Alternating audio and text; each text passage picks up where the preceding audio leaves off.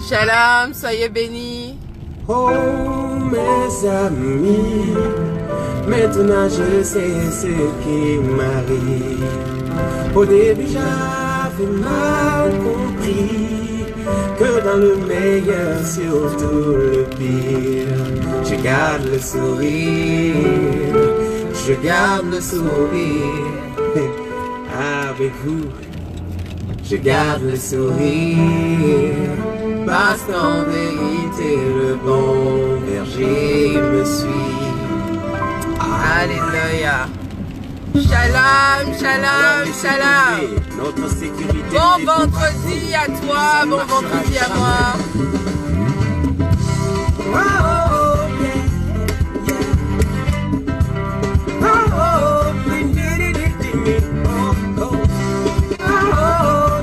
Georgette, sois bénie.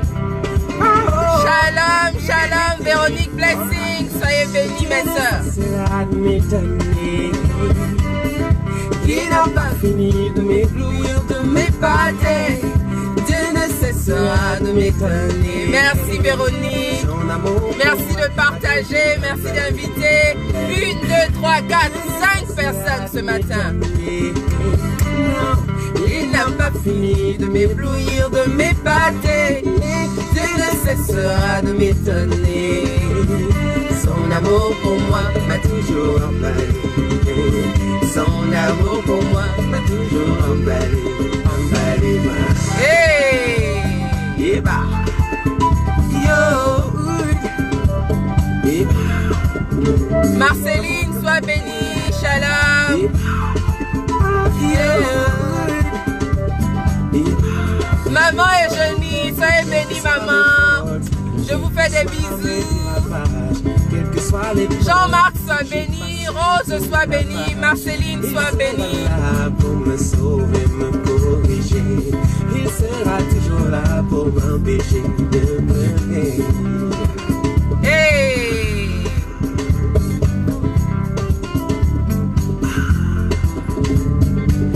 Oh, il prend soin de me rassurer de sa présence, fortifiant ma foi. Avec lui, je suis sûr de faire des choses immenses. Dieu ne cessera de m'étonner, oh Yahweh. Hey! Est-ce qu'il ne cessera pas de t'étonner aussi? Faut le déclarer, faut le confesser, non? Ça ne dépend pas de moi. Ah, ça ne dépend pas de moi. Mais Dieu ne cessera de m'étonner, oh Yahweh. Hey! Il a encore des surprises. Il a encore des bonnes nouvelles à venir pour toi. Hey! Ton Dieu te réserve quelque chose de puissant. Ah!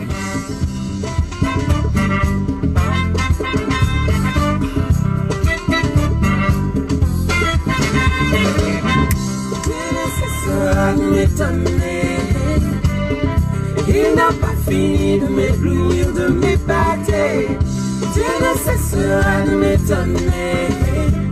Son amour pour moi m'a toujours emballé. Dieu ne cessera de m'étonner. Non, il n'a pas fini de m'éblouir, de m'épater. Arlette, sois bénie. Sandra, sois bénie. Son amour pour moi m'a toujours emballé. Son amour pour moi m'a toujours emballé. Emballé. Hey! Yo!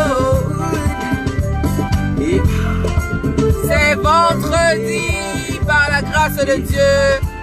Encore une autre semaine de travail qui se complète aujourd'hui. Ah, Dieu est bon. Hey! Sova! Je ne sais pas comment expliquer mon papa Yahvé. Ah! Je sais pas comment il s'y prend, mais il m'étonne. Je n'ai pas besoin de savoir comment. J'enjoy seulement the ride. Ah! Jamais Dieu ne va cesser De m'étonner. Jamais Dieu ne va cesser de m'étonner. Jamais Dieu ne va cesser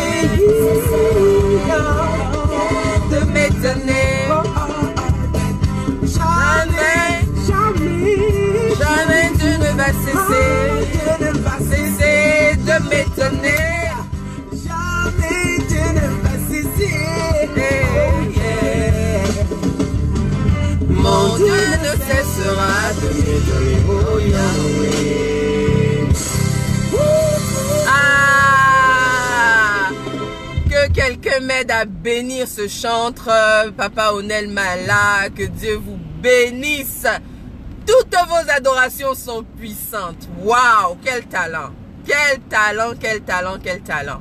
Que Dieu vous bénisse, mes frères et mes sœurs, d'être encore connectés, nombreux. Merci pour l'honneur que j'ai de vous avoir tous les matins, quand Dieu me fait grâce, bien sûr. Que Dieu vous bénisse. Bon vendredi à toi, bon vendredi à moi.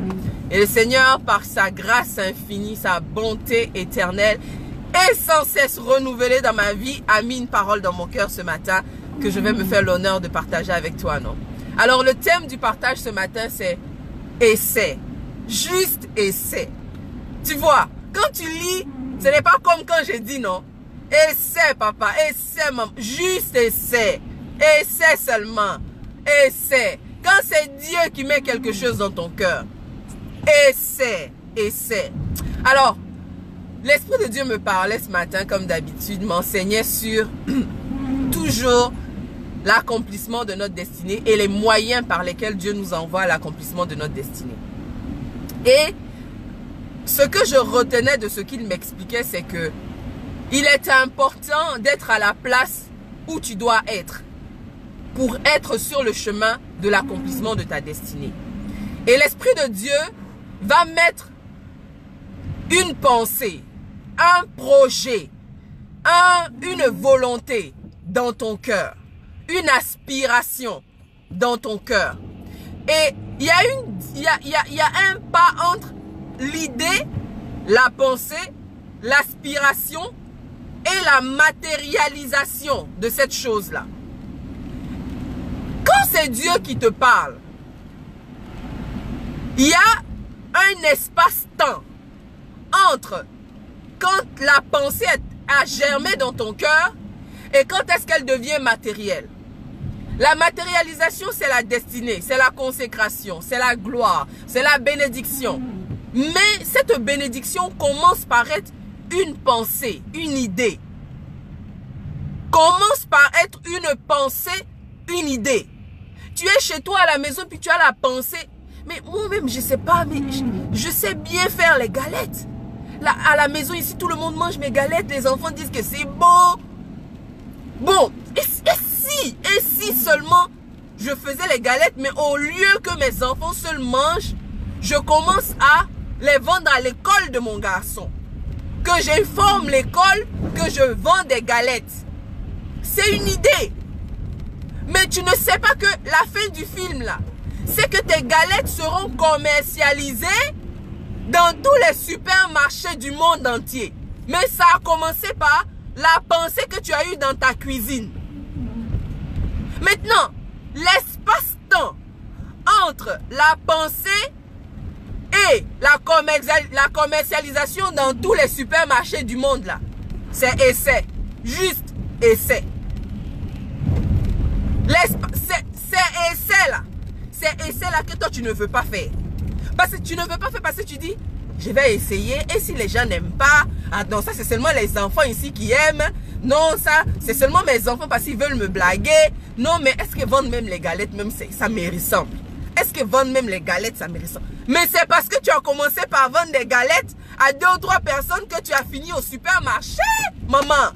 Que tu as fini responsable d'entreprise, de multinationales. Mais ça a commencé dans ta cuisine. Ça a commencé par une idée. Ça a commencé par une idée. L'accomplissement de ta destinée, là. La gloire à quoi tu aspires. La richesse, le bonheur, tout et tout, là. Ça est en toi. Ce n'est pas ailleurs. En toi. Dans une pensée. Mais c'est essayer là que tu n'arrives pas à faire. C'est pourquoi depuis là, tu es bloqué. Laisse-moi te dire quelque chose que l'Esprit de Dieu m'expliquait ce matin. Le travail a 2 définitions, 2 dimensions. Le travail a 2 définitions, 2 dimensions. Le travail a la définition du jardin d'Éden. La première définition du travail, c'est le travail selon la pensée de Dieu, le travail divin, le travail du jardin d'Éden. quand Dieu a donné à Adam son premier emploi, c'était de gérer le jardin. Mais quand Dieu a donné cet emploi à Adam, Dieu lui a donné cet emploi avec des capacités surnaturelles. Avec des capacités surnaturelles. Comment est-ce qu'un seul homme, Adam, pouvait nommer tous les animaux? C'est-à-dire des animaux que jusqu'aujourd'hui on n'a pas fini de découvrir. Il y a des animaux qu'on n'a pas fini de découvrir jusqu'aujourd'hui. Combien de milliers, de centaines de milliers d'années après le jardin? Mais à un seul homme, Dieu a donné la capacité de donner un nom à tous les animaux. Dans les ciels, sur la terre, sous la terre. Ça, c'était une infime partie, une partie microscopique du travail que Dieu avait donné à Adam. Toi, tu joues, hein? Tu joues avec qui tu es. Là, on te parle de la nature divine, de Adam dans la nature, selon la pensée de son créateur, Dieu. Ça, c'est la première définition du travail. La deuxième définition du travail, c'est le travail à la chute, quand Adam et Ève ont péché. La Bible dit que quand Adam et Ève ont péché, Dieu a lancé une parole qui était une malédiction à Adam et à Ève. Pas à Ève, à l'origine, la parole était dédiée à Adam. Dieu a dit que tu vas travailler à la sueur de ton front. Le travail sera dur, ça sera pénible. Ça, c'est la deuxième définition du travail après la chute, la malédiction. C'était réservé à Adam. Ève n'est pas appelée à travailler dans la pensée de Dieu. Mais comme Ève et Adam sont une seule chair, donc la femme dans la pensée de la malédiction divine, est-ce que quelqu'un me suit bien ce matin? Parce que ce que je suis en train de dire là, c'est puissant. Alors, dans la pensée de la malédiction, toi qui vas travailler là, c'est ça que tu vas subir. Sauf que, gloire à Jésus pour l'œuvre de la croix. L'œuvre de la croix vient redonner la définition originelle au travail. L'œuvre de la croix, le sacrifice de Christ, vient redonner la définition originelle au travail. Donc le travail avec des capacités surnaturelles, le travail avec bon cœur, le travail avec la paix, le travail avec la joie, le travail avec l'amour, le travail avec le bonheur, le travail que tu fais et puis tu n'as pas l'impression que tu travailles. Quand tu acceptes Christ comme Seigneur et Sauveur, il se met en marche dans ta vie un processus. Tu reprends à partir des jardins d'Éden. C'est-à-dire que tu commences ton jour 1. Tu commences l'accomplissement de ta destinée. Et Dieu maintenant t'envoie vers le travail selon la pensée, selon sa pensée. Selon le travail de la paix. Pas le travail que tu fais et puis tu es fâché, tu es au travail, est-ce que tu connais fâché? Tu travailles mais tu es aigri. Tu es là juste parce que ça paye les factures. Tu es là juste parce que tu dois payer l'école de tes enfants. Tu es là seulement parce que tu n'as pas le choix. Donc tu vas au travail mais tu es fâché d'aller au travail. Tu vas au travail mais tu es aigri d'aller au travail. Ça, ce n'est pas la pensée de Dieu. Si c'est ce que tu fais actuellement là, tu n'es pas sur le plan. Tu n'es même pas à côté du plan de Dieu. Tu dois recalculer ton GPS, maman. Tu dois recalculer ton GPS, papa. Mais le vrai travail là, dans la pensée de Dieu, et Adam et Ève, jardin d'Éden là, ça est dans ta pensée. Ça est dans ton cœur. Parce que tout ce qui est aspiration d'un enfant de Dieu, on se parle bien. Je ne suis pas en train de parler de quelqu'un au hasard. Je parle de quelqu'un qui a accepté Christ comme Seigneur et Sauveur. Toute l'aspiration que tu as dans ton cœur comme pensée là, hein? Ce n'est pas toi-même qui mets ça dans ton cœur.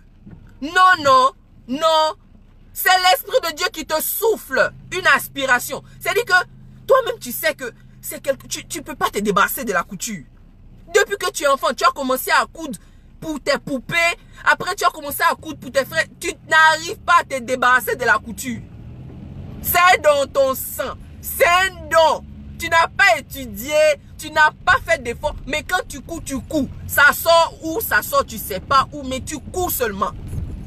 C'est la pensée de Dieu qui est dans ton cœur, là, qui est là, et puis toi, tu joues avec. Tu joues seulement avec. Tu joues avec. Tu joues avec. Tu joues. Il y a quelqu'un qui me pose la question, Laetitia Ba, qui me dit, dans la pensée de Dieu, Ève n'était pas supposée travailler. Bien sûr, dans le jardin d'Éden, le travail de Ève, c'était de soutenir Adam. Ce n'était pas de travailler dans le jardin, c'était d'aider Adam dans sa tâche, de le soutenir.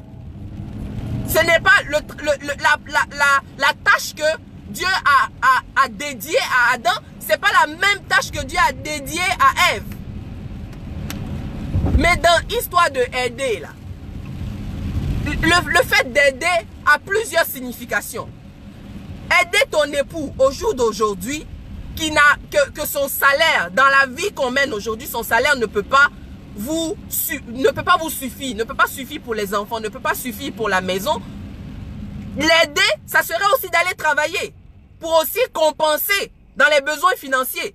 Mais maintenant, si toi tu t'en vas travailler et que tu n'es pas dans la pensée de Dieu, tu es en train de faire le travail qui est sous la malédiction. Donc toi aussi, tu fais la même chose du travail que tu n'aimes pas, du travail qui te fatigue. Maintenant, vous deux, vous devez revenir à la pensée de Dieu qui est dans votre cœur, à la destinée de Dieu qui est dans votre cœur, pour pouvoir faire le travail qui vous conduit à l'accomplissement de la destinée. Quand tu fais un travail, même si c'est temporaire, même si c'est une instruction, c'est quelque chose de temporaire.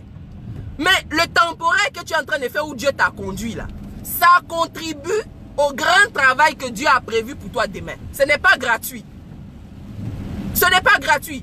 Parce que Dieu te conduit comment? La Bible dit que nous sommes conduits de gloire en gloire, non? Donc, de gloire en gloire, ça veut dire que ce que tu fais en ce moment qui est dans la pensée de Dieu et qui est temporaire, est en train de t'équiper pour la grosse chose à venir. Donc tu dois revenir au travail de la pensée de Dieu. Et ça là, c'est seulement en essayant. Ce que l'Esprit de Dieu a mis dans ton cœur, tu dois essayer.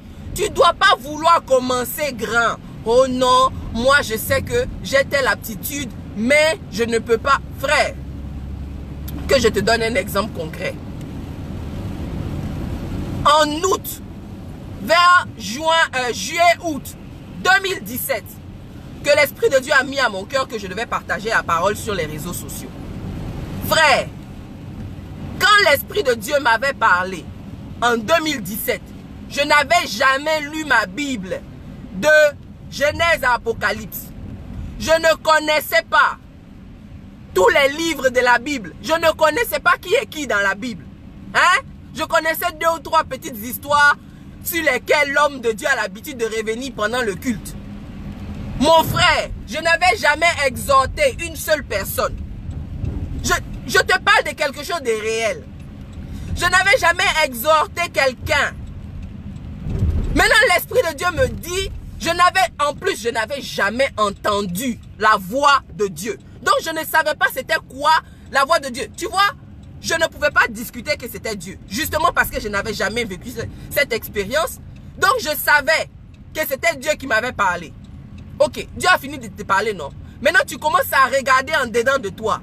Tu te rappelles de ce que Dieu a dit. Maintenant, toi-même, là, tu ne ressens pas ce que Dieu t'a envoyé faire. Là. Tu ne ressens pas ça. J'ai dit, moi, je vais m'exposer, je vais parler, je vais dire quoi même à quelqu'un. Je vais parler de quoi? Mais ça serrait dans ma gorge. À un moment, je n'arrivais pas à dormir. C'est comme, il faut que je parle. Il faut que je dise quelque chose. Je ne savais pas par quoi commencer. Il fallait essayer. À cette époque-là, il y avait une convention qu'on appelait la convention des amoureux de Boston. En 2017, je te parle de 2017. Et les hommes de Dieu avaient été invités à cette convention-là. Les hommes de Dieu avaient prêché et tout et tout. Et la parole m'avait tellement fait de bien. La première pensée qui est rentrée dans mon cœur, c'était de me connecter sur ma page IK Blessing et de juste raconter qu'est-ce qui s'est passé pendant la convention. C'était juste une pensée. Je me suis connecté. J'ai commencé à bégayer. Je ne savais pas comment agencer mes mots. J'ai commencé à parler. Oui, les hommes de Dieu sont venus. L'homme de Dieu ici a prêché, il a dit ça. Le pasteur ici, il a dit ça, il a dit ça. Eh, j'ai fait quoi? J'ai fait Congo ça. Le Congo ça de ce qui s'est passé à la convention. J'ai fini ça. J'avais une paix. Je me sentais bien de l'avoir fait. J'ai dit, ah, cette histoire-là, je sais pas, mais ça a l'air que c'est intéressant. Ça me plaît, ça me fait du bien. La pensée de Dieu te rend toujours heureux. Tu as l'impression que tu es là, net, à ta place. Là où tu devais être depuis longtemps. C'est comme ça, ça y est. Alors donc, j'ai commencé à prendre goût à la chose. Pardon. Quand il y avait un événement, une convention, quelque chose, je me connectais et puis je faisais son Congo ça. Dans Congo ça, de Congo ça, de Congo ça. Pendant un live, je vous dis pas après, Dieu m'a... Non, je te dis pendant. Pendant que je faisais un live où j'étais en train de raconter ce qui s'est passé, une pensée monte à mon cœur et c'est comme si la pensée se sort de ma bouche sans mon contrôle. Sans que moi-même je réfléchisse. Ça sort en live, en direct. À partir de maintenant, je vais me connecter tous les matins et je vais partager la parole avec vous. Frère, quand j'ai fini de dire ça, moi-même je me suis déconnecté. Hein? Je me suis déconnecté d'abord. Et puis je me suis assise là où j'ai parlé là. Pour me demander est-ce que c'est moi qui ai parlé ou bien c'est quelqu'un d'autre qui a parlé. Mais ce qui était sûr, c'est qu'un engagement avait été pris. Et comme Dieu me connaît, est-ce que tu sais que Dieu te connaît? Dieu te connaît. Dieu sait que je n'aime pas la honte. De la manière que l'engagement a été pris, Dieu savait qu'il fallait me forcer la main. J'étais obligé maintenant de me connecter. À l'époque, je me levais à 6 h du matin. Pour ne pas réveiller mon mari, déranger la maison, tout et tout, à 6 h du matin. Je descendais au sous-sol, je mettais la louange. C'est-à-dire que avant que je descende là, toute la nuit que j'ai dormi, je ne sais pas de quoi je vais parler. Pendant un mois, l'Esprit de Dieu m'a fait ça. Je descends, je me connecte, je mets la louange, je ne sais pas de quoi je vais parler.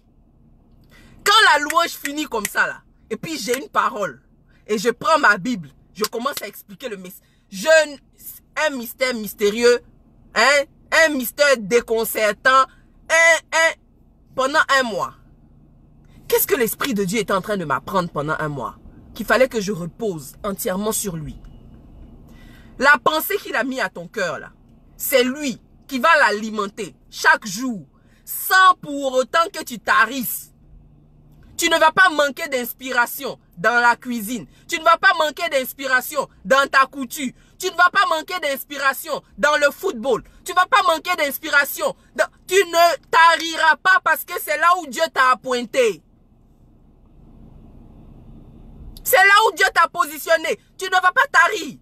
Je te parle d'une histoire de 2017. On est en 2019. La parole de Dieu là, c'est la même parole de Dieu que je partage. C'est la même parole de Dieu qu'il y a 100 000 personnes qui ont partagé avant moi. C'est la même parole de Dieu que mes pères, mes papas partagent. Mais c'est la même chose que je partage aussi, non? Maintenant, qu'est-ce qui fait la différence? C'est toi-même ton empreinte, toi-même ta personnalité, toi-même ton toi-même, pourquoi Dieu t'a localisé. Tu doutes trop de toi. Tu ne sais pas. Tu as peur. Tu n'as pas foi en ton Dieu. Tu n'as pas foi. Tu ne veux pas risquer. Alors que les païens même disent qu'ils ne risquent rien. N'a rien sur la terre des hommes ici là. Si tu ne veux pas risquer, tu n'auras rien. Mais en tant qu'enfant de Dieu,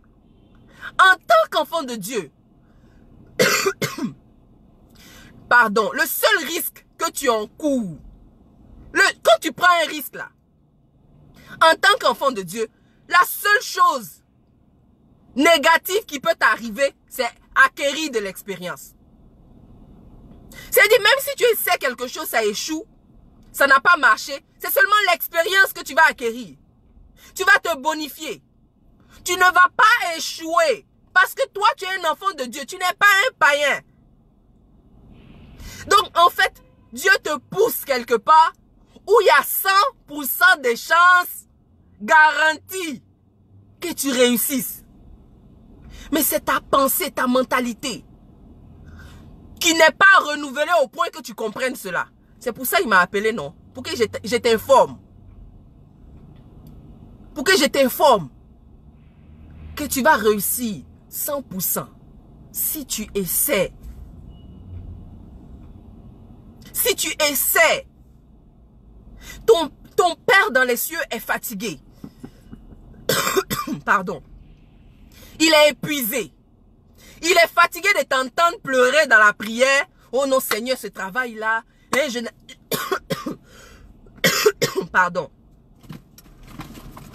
Je n'arrive pas à payer mes factures avec. Je n'arrive pas à payer les études de mes enfants avec. Seigneur, ce travail m'épuise. Il est épuisé.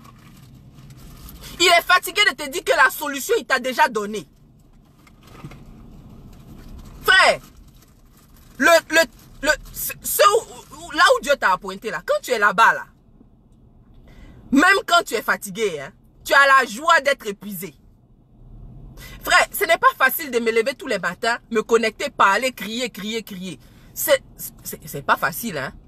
Hein? Des fois, même quand je me lève le matin, je n'ai rien là. Je me dis, ah, aujourd'hui au moins, je ne vais pas me connecter. C'est bon. Je vais aller au travail, je vais chanter moi seul dans la voiture et tout. Je suis dans la douche, moi-même. C'est comme si j'ai peur que l'Esprit de Dieu me parle. Et puis, il me parle. Et puis, moi, je ris, non?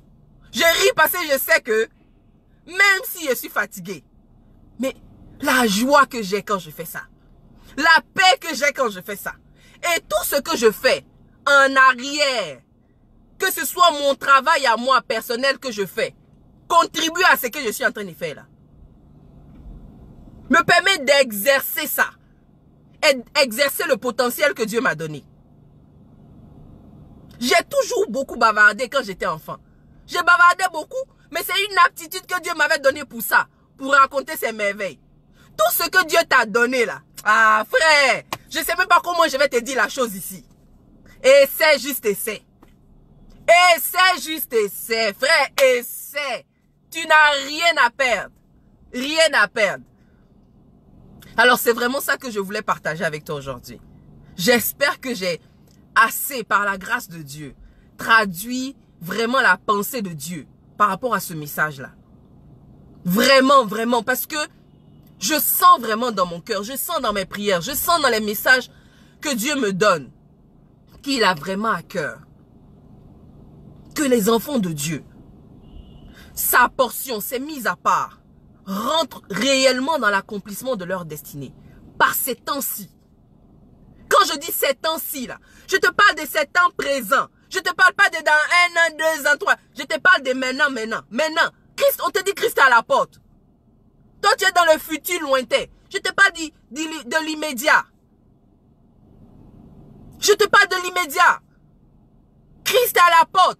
Tu as gardé ton salut, c'est vrai. Oui, tu es resté en Jésus, c'est vrai. Mais tu n'as pas bénéficié de ce que Christ a prévu pour toi sur la terre. Il te faut les deux. Parce que ce que Christ a prévu pour toi sur la terre, là, ça doit contribuer à l'avancement de l'œuvre. Toi, tu crois que Dieu veut te bénir financièrement pour rien.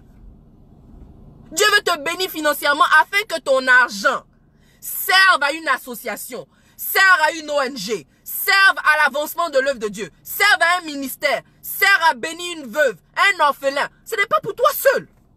Maintenant, toi, tu es là avec la pensée qui doit te rapporter des millions, tu dors avec. Pendant qu'il y a des veuves, des orphelins qui sont appointés à bénéficier de toi, ta pensée. Tu vois comment Dieu est fâché contre toi, quoi. Sinon, moi, une petite fille comme ça, là, comment Dieu peut aller me ressusciter pour venir te parler s'il n'est pas fatigué? Hein? Réveille-toi, mon ami. Réveille-toi. Réveille-toi, ma soeur. Ne dors plus. Le monde est en train d'avancer. Les satanistes sont en train de bénéficier de l'or et de l'argent qui appartiennent à notre Dieu, qui est pour nous. L'argent qui est pour nous, là, eux, ils sont en train de bouffer. Ils sont en train d'investir pour des guerres, en train d'investir pour des poisons, en train d'investir pour des armes, en train d'investir pour je ne sais pas quoi, alors que c'est cet argent qui doit bénir une famille. Non, enfants de Dieu, réveillons-nous. Arrêtons de gêner, prier. Hein? Agissons maintenant. Arrêtons de rester dans la prière en pensant que Christ va descendre pour agir au travail. Non, non. La pensée, Dieu a déjà répondu à tes prières en te donnant la pensée. En te donnant l'aspiration. Maintenant, sors de l'église et agis. Sors de l'église. L'église, là, c'est pas pour rien. On a dit que le jour du Seigneur, c'est dimanche, non? Si tu vas à l'église mercredi, c'est bon. Tu vas à l'église samedi. Mais les autres jours, là, tu es où? Tu dors à l'église? Non. Tu travailles? Quel travail tu fais? Tu fais le travail selon Adam et Ève au jardin ou tu fais le travail à la chute? C'est sur cette question-là, je te laisse, hein?